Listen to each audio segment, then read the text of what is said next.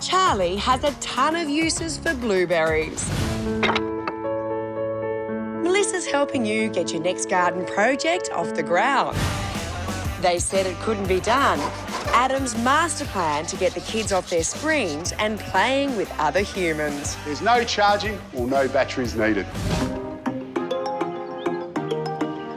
Blueberries are one of nature's superfoods. They're full of antioxidants and they're really good for you. They're also an incredibly versatile garden plant. They can be used in a variety of situations. They're pretty delicious too.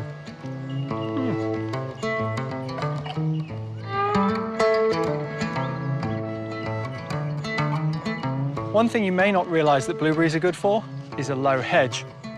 Take a look at this one. This is called pink icing, and it's absolutely stunning. Look at the colour of the new foliage. Now, this is just coming out of dormancy, covered in flowers and fruit. It's the perfect time to get it in the ground.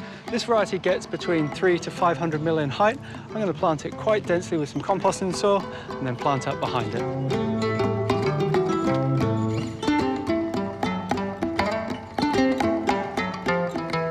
Combining the lovely pink blush of the blueberries with these fantastic Bella Blue lavenders. I just love the rounded shapes that they bring in. Now, you'll notice this garden bed is mounded, so it's higher at the top than it is at the bottom. And that's going to work in our favour because the lavenders like it freer draining and the blueberries, they take a little bit more water. So it sorts itself out for you.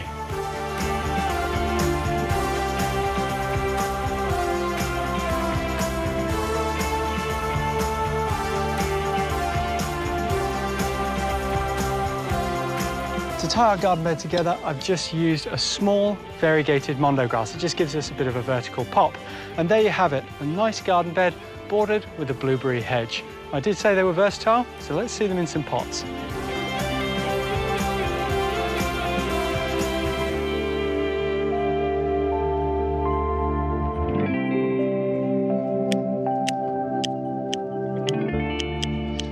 What garden doesn't have a collection of pots? Most people put things like rounded buxus, agaves. They work well in pots, but why not put some edibles in as well? And blueberries are perfect for that. This one is called peach sorbet. It loves being in a pot. One of the benefits of it is this one has a very short cooling period, which basically means in winter it needs to be nice and cold, put it into dormancy, and that way that triggers the flowers and the fruit. This one needs 2 weeks. The one I planted before needs 3 weeks. So I'm putting this one in a pot so I can move it into a cold spot come winter and back into the sun in summer. Another one of the benefits of putting it in a pot is it keeps it away from pesky children and pets like this guy. Welcome to the family, Lord Darcy. Can you stay away from my blueberries, please?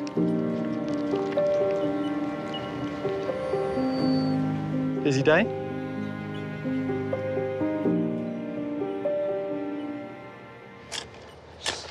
If potted plants aren't your thing, or you just simply don't need a hedge, don't completely discount blueberries.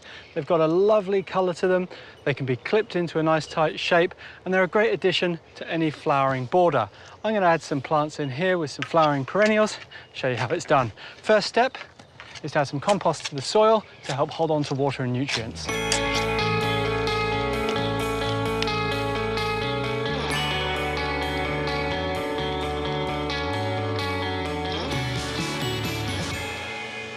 When you're setting out a garden bed like this, you really need to imagine how the plants are going to grow and the sizes they're going to get to. It's not about looking nice when you lay it out on the ground. I've started with this. This is called meadow rue, and it was already in the garden bed. Now that's going to get to about this high and has a yellow flower. And I've also got a tree peony, yellow flower, similar height, but they're perennial, so they're going to die down. I want some interest at the back of the bed, so I've got hebes and euphorbia. They get to about a metre and a half. And in the front, some smaller planting, which is where I've put the blueberries. And I've teamed them up with this fantastic little fuchsia named Dainty Dancer. Now, the colours in the foliage of the blueberry work perfectly with the colours in the flower from this fuchsia. It's a lovely combination.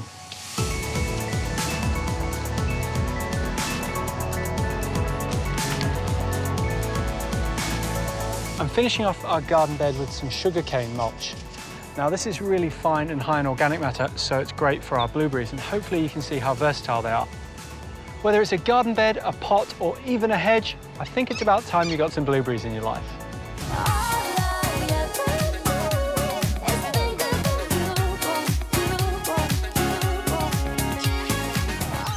old stick.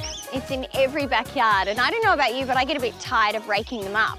If, however, you look at your sticks with fresh eyes, they can be the starting point for some beautiful and unique projects made for your garden, by your garden. Okay, so most orchids are epiphytes, so that means that they grow in tree branches or in the crevices of rocks. So they love an open hanging basket, and that's exactly what we're going to create. So I've got a collection of sticks here that are all roughly the same shape and size. In fact, for this project, the most important thing is to have sticks of a similar depth. And what I'm going to do is drill some holes in each of the sticks at an equal distance apart. Okay, so then it's just a matter of laying your sticks out to form a square and then layering those sticks on top of each other until you get that nice framework to form the basket.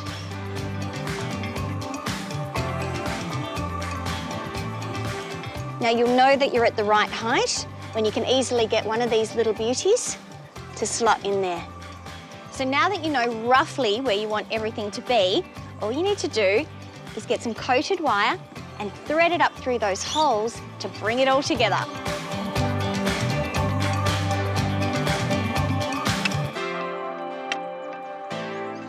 Okay, so at this point, the basket needs a bottom. So I'm just going to glue on a flat piece of wood. You could even fix it with a couple of screws if you want.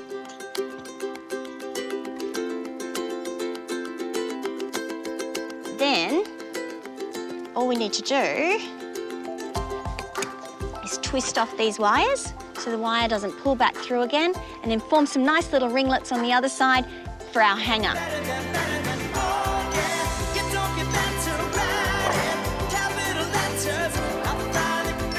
Now that we've got our hanger in place, I'm just going to line the basket with a bit of coconut fibre.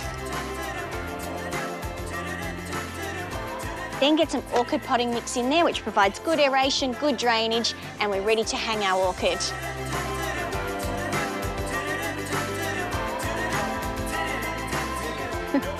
Just gorgeous. A tepee can be a great way to provide a support for climbers, as well as maximise space in your garden. And if you choose the right materials, it can also be a real work of art. Now, what I've got here are tea tree stakes, and they've been stripped of their bark, so you can see they're nice and gnarly and really rustic looking, so they're the perfect starting point. So I'm spacing these stakes in a circle so that there's roughly 1 metre diameter and then about 30 centimetres or so between each one. And where those poles meet at the centre, just secure them with a little bit of rope or twine to hold it all together.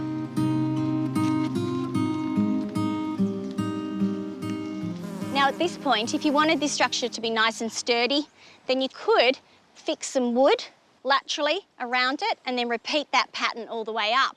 But I like to do it really simply by using something like this. So this is a coconut fibre rope. Looks fabulous. It's really rustic looking, dark coloured, and really good for this type of work.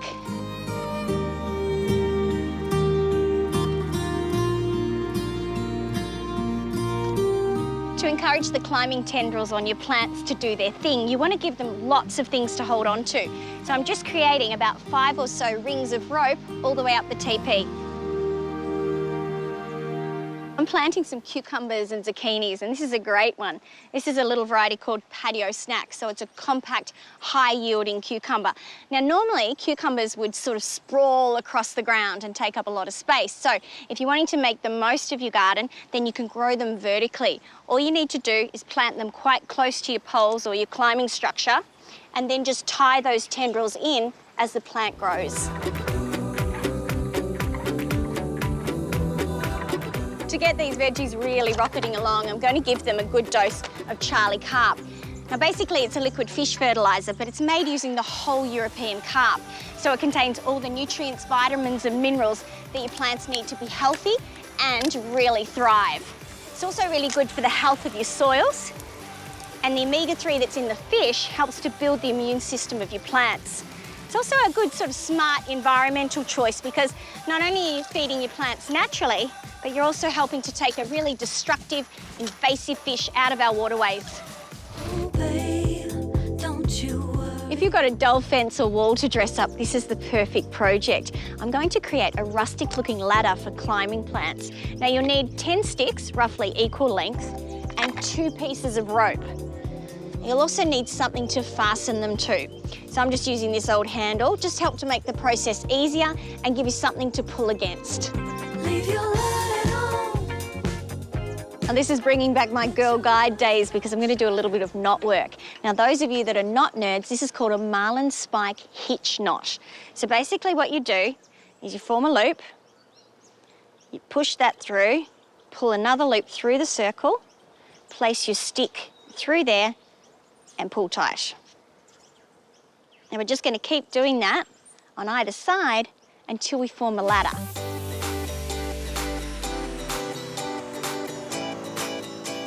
Now the beautiful thing about this type of knot is that you can slip it up or down, so you can easily adjust it to get your spacing right.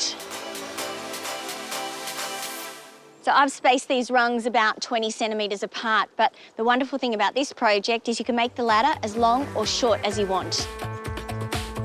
Now that we've got our ladder in place, it's time to find the perfect climbing plant. So this is called the Chinese star jasmine. It's evergreen. Throughout the summer, it produces sweetly scented white star-like flowers. It's a real winner. So we'll just tuck that nice and close. We can even start to help it to climb through. I think this is the perfect look for a coastal or country-style garden.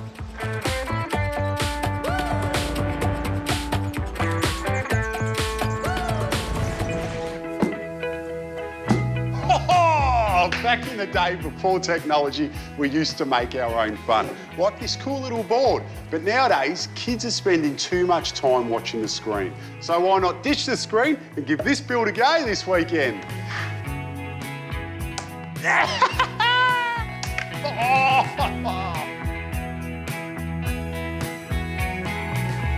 I'll be working with 42 by 19 dressed pine to make this project and only using hand tools and a cordless drill, something that everyone will have in their shed. So it's super simple. The first thing I need to do is take some measurements and cut them to size.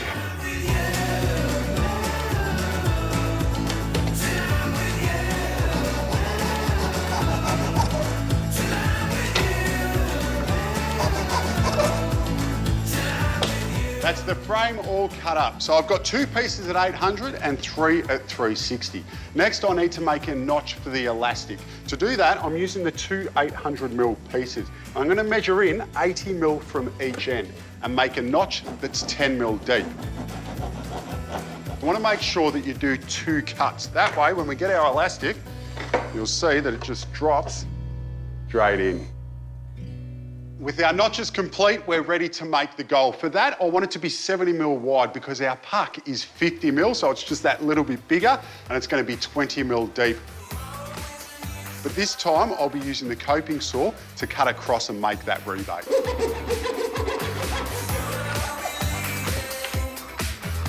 Once you've cut your goal out, just use a chisel and some sandpaper to clean it up. With everything cut, we're ready to lay our frame out, and I'm going to pre-drill it, glue it, and screw it together.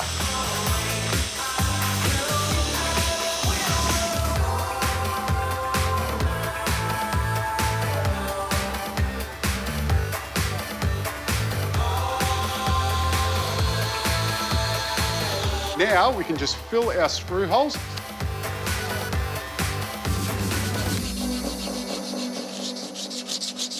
After a quick sand, the first coat will be an undercoat.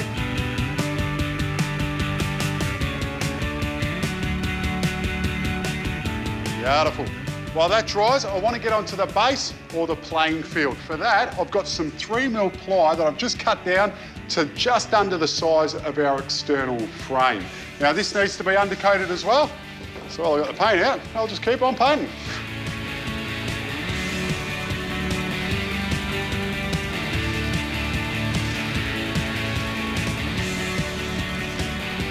And then after that, the top coat will be matte black. And for the base, I'm just using an aqua enamel in white because it's a little bit more durable. While that dries, we're ready to make the pucks. And for that, I'm using a 51mm hole saw. And for this game, I'm making 10 pucks. That's 5 pucks a side.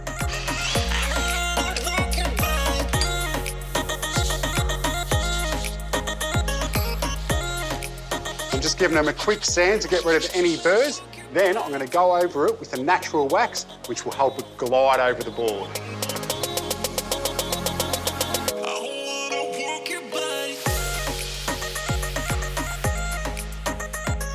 Beautiful. With all our components finished off, it's now time to bring them together. So I'm going to sit the frame onto our board.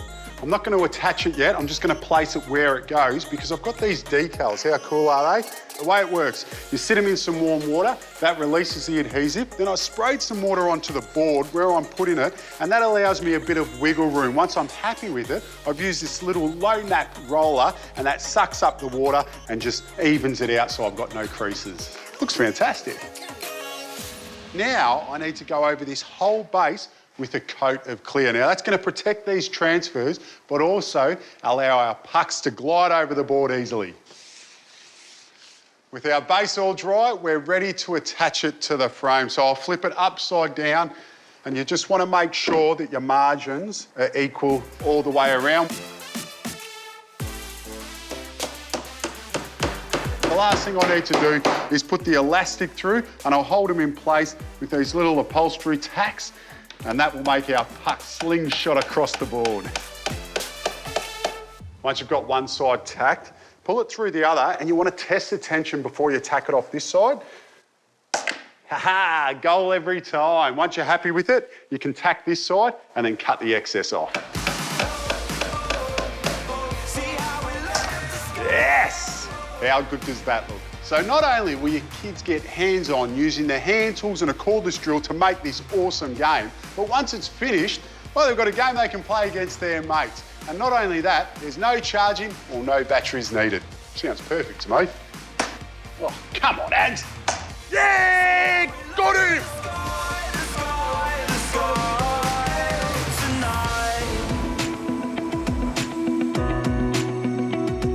What an amazing place. Right on the water here at Port Macquarie. And the sun is shining. Thank you so much. Now, Cass, Hi, Dr. Harry. where is mine? Oh, Dr. Harry. It's rumbling coming. away here like there's It's no coming. tomorrow. OK, what a great place, Martin. Good to see you You too, Dr. Harry. Mate, this really is paradise, isn't it? Thank you. Yeah, we love it. But there's a problem in paradise, right? Yes, Dr. Harry, there is. And this problem is on a lead, right? Yes, that is our Bindi. So, can we go to your... Houseboat, Absolutely. let's do it. Come on, Bindi. Come on, Bindi. Should be good. Let's go.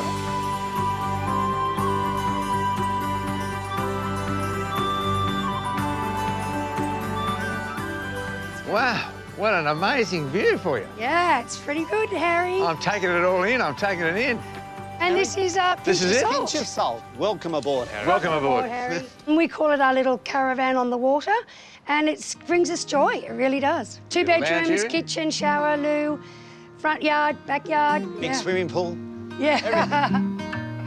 Here we are. Here she is, Wow, Dr. Harry. it's a totally different Yeah. view. So you're looking down there Yep. to the town To as such. town, yes. Yeah. So tell me what's happened in the past. The very first time we brought her on, she was a little bit younger. She's just literally walked straight off and absolutely panicked, and there was no noise. So we couldn't find her, and she was panic-stricken. Right. So then the next time I've come on the boat and she was standing with us, same thing. But I did notice that she can swim, but she's panicked. And so now she doesn't really like to come up to the water too close. So my concerns are that I'm going to be on the houseboat, and if she goes in, she'll panic, she'll drown, and I'll lose her. OK, well, we have to actually teach you to swim, and you'd be surprised.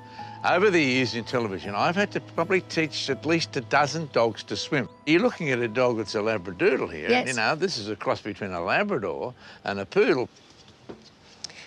Yeah, Bindi, come on, put your Here we vest go, on, Bindi. darling. Turn her around, Dad. Bring her around. That's it. You do the back, and I'll do the front. So, Dr. Harry, we had to wait to get this until she actually fitted it as well. This was the smallest available in port for us. Yeah. Let me see how she fits in that. That's OK. No, she said, I'm going back inside. Yeah. I'm not a water dog. See, I'm quite concerned. this is not the ideal place for her to go swimming. Needs a good, strong swimmer Yes. to swim against that, right? Yes, she'll stay afloat with that on, okay? But even swimming strongly, how can she get back on the boat? Yep. We may even have to think about constructing a little ramp or Ramp, something yeah. like that. And you may have to, as an additional thing, think about some sort of protective railing or something like that around here.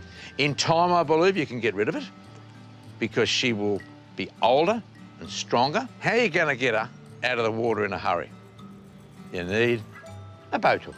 Yes. Because you're going to hook that and you're going to pull her out of the water. Okay. That's what we need.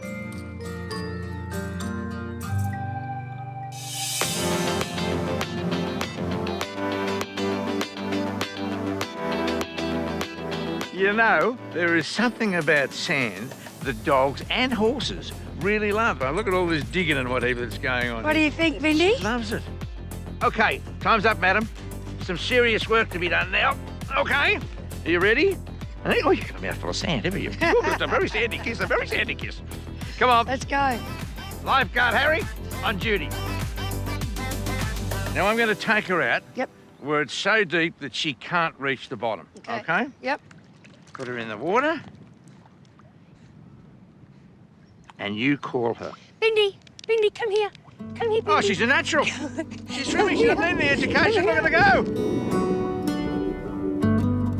Come here. Look at that dog go. Oh! I know. Good girl. So she's good. She can She swim. can swim. She's a natural. Bindi, come on. Good girl, girl. Bindi. Good Come girl. on. This is the deepest she's ever been. Look at that. Yay. Woohoo! Bindi, come on. Come on, you got to use those hind legs. Use Come those on. hind legs. Come on, good girl. Good girl. Girl, good girl. Use those hind legs. Oh, big hug. You can pick her up for a minute. Give her a bit of a break. Oh, Hey, you knew how to do it all along. So she's swimming horizontally. And Right. the jacket's helping that. right. Always keep her with the jacket I on. would have the jacket on for safety's sake Yes. because remember out on the boat, right? Yes. You've got that tie and it's your insurance. Yep. Good girl. Hind legs are working. Good That's girl. important. I think what happened out there on the boat was probably the panic situation set in. What I often do, and dogs can see, is one of those traffic cones. Yes. If you put one of those on the end of the boat, Yep. she will recognise that very easily. If you train them to go to those orange cones, Yes. put a food reward underneath, your dog will go to that. If you put it near the steps, the dog will get out of the pool. Simple. Would you like to go back in again, madam? Come on, So- let's go. Come on. Catch Let's you all go, later. Bindi. Thank Come on, we're you. going swimming. Good girl. Come on.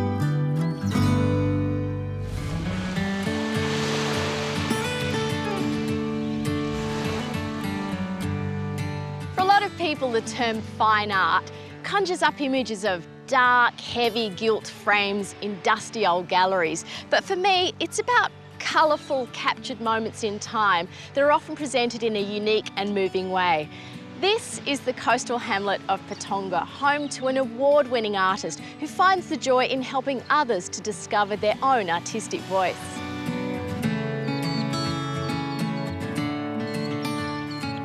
Jocelyn Maughan discovered her art at the tender age of 4. Encouraged to sculpt plasticine by her grandmother, little did she know it would turn into a lifetime of creating, teaching, and now sharing with her gallery.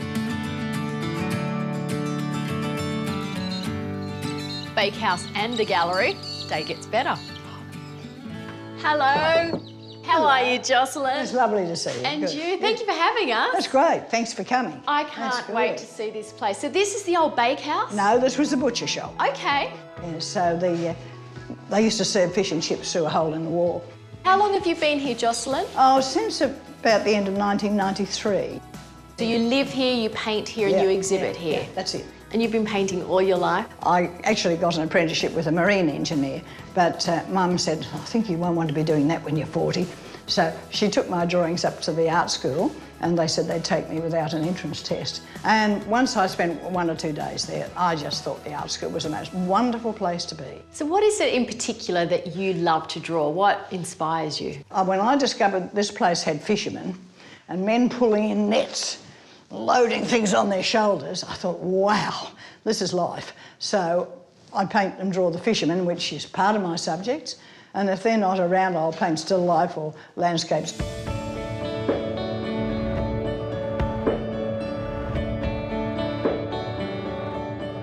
I used to travel a lot, and so there'd be a lot of travel painting. See, this is one here, for example, done in Siena, of course, and then I brought that back, and then I redesigned it with some figures like this. It's not in there, but I put him down here so his feet are down there, and that pushes all that back into space. Jocelyn, a lot of people have misconceptions about art. What does it mean to you? Delight and joy. Makes you happy? I don't know, it just keeps you alive, I think. I just love the way the figures move. You can see those three chaps having a chat about this, that and the other, and one fella says, really? Oh, yes, mate, you know. And it's that lovely interaction. I like to be the describer of the character of people. Yes. Yes, and I love that in portraits too. Yeah, when I was a kiddie, I used to say, want someone to do. So that's why they gave me a pencil, and it's never stopped. Should we go do something? I think so, yes.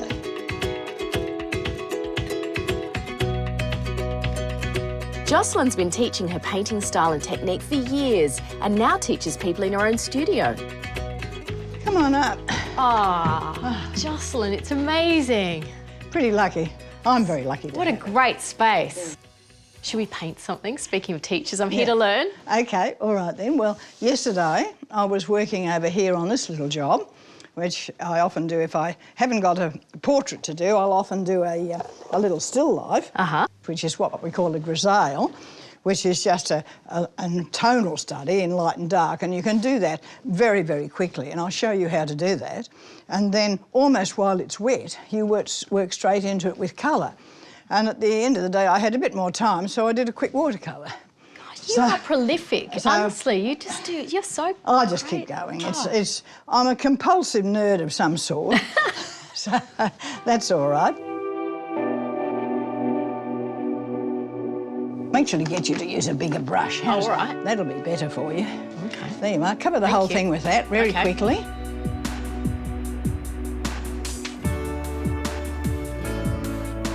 Wipe out your lights like that, see? So you can move things around. You're not stuck with the thing. I'm struggling to keep up with you. You're so fast. That's all right, doing well. Yeah. OK. Paint is about paint. It's the joy of painting. It's the delight of rhythm against rhythm. It's a dance. I like the underpainting. I've never done this before. That's the best way of doing it. It's so fun. It feels quite free. Oh, it is. It's wonderful. What I really like is that lovely fluidity of that, and there's a sense of drawing in that, as if you really felt that onion. There's a delight in the drawing. I love that little bit there. It's very kind of you, thank you. Purely accidental, but I'll take it. Nothing is that accidental. No, I think it's lovely.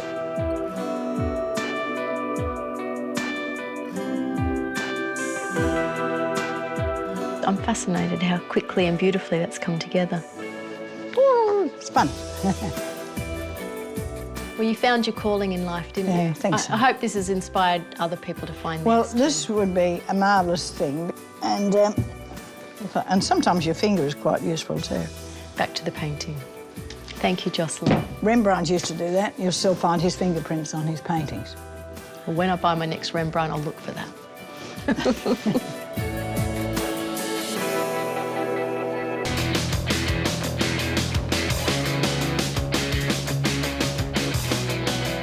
For many of us, the smell of salty air or a cooling sea breeze are the sensations of summer. I mean, holidays by the beach have been a rite of passage for Aussie families for generations. Yeah, once upon a time it was hitching up the caravan and heading for the coast or pitching a tent in the dunes. But now if you've got a holiday home, that's the ultimate, and this one's a cracker. Yeah, beautiful design and impeccable craftsmanship combined to catch a summer breeze.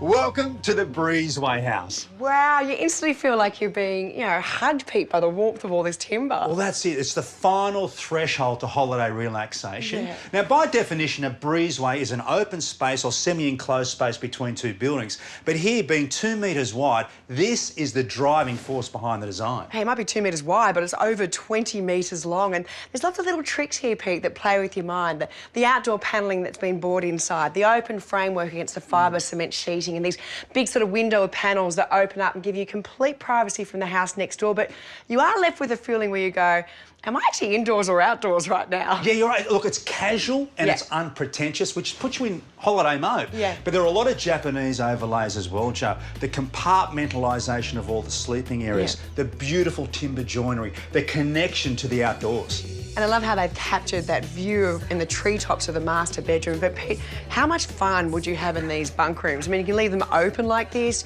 You can close them into 2 separate rooms, or you can just close these doors and keep the upper panels open so you can still get the breeze and the light through. I mean, the flexibility of this design is endless. And because it's concrete floor, Joe, you can literally hose it out when it's full of sand. I love that. Look, there are 2 master bedrooms, this double bunk room and a crash room. Imagine the summer memories you'd create. You can literally sleep a cast of thousands. Love it.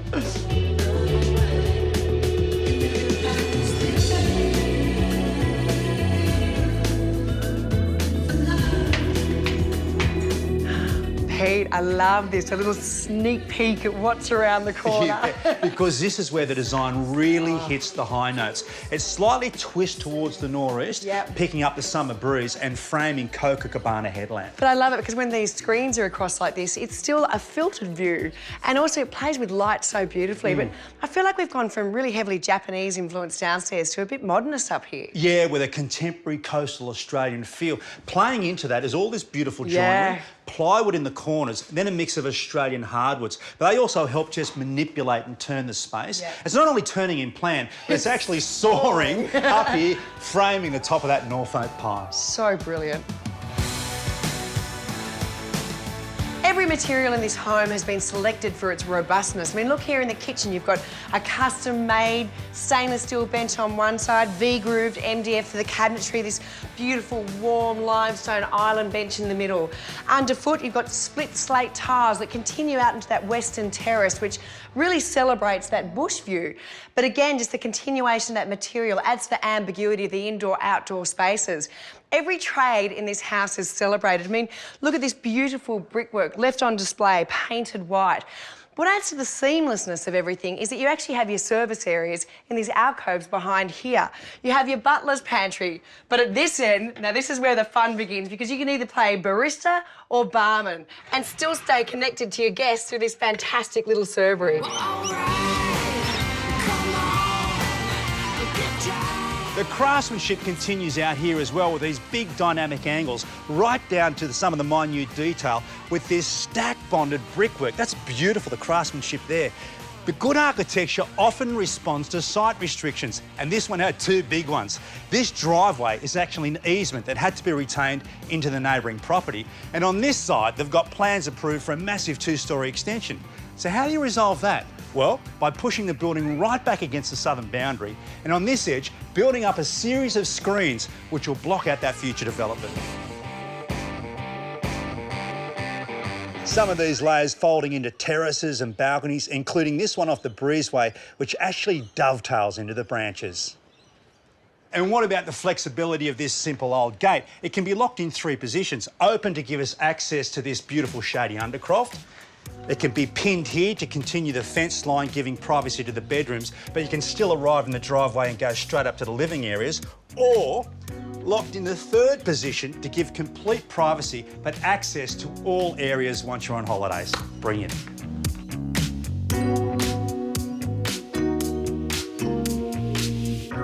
I adore that gate, Pete. But even behind you, they've even got a space where you can drive your car up so you can unload your shopping rather than having to lug it up the stairs. I mean, everything's been thought of. You bet. Look, what I love too, Joe, is the outside timber has been gently charred with flame. It's a traditional Japanese technique where they burn the outside of the timber using fire as preservation. It looks fantastic, but I can't stop looking at the brickwork around the house. I mean, the way these recycled bricks have been used, you feel like every brick wall in the place and the foundations, it's actually like a piece of sculpture. Honestly, you cannot cannot take a bad shot of this home. Every angle is perfect. Yeah, spot on. Look, we might be on the coast, but the architectural answers, my friend, weren't blowing in the wind. They were blowing on the breeze. Way. Breezeway house. Breezeway house. Does that work?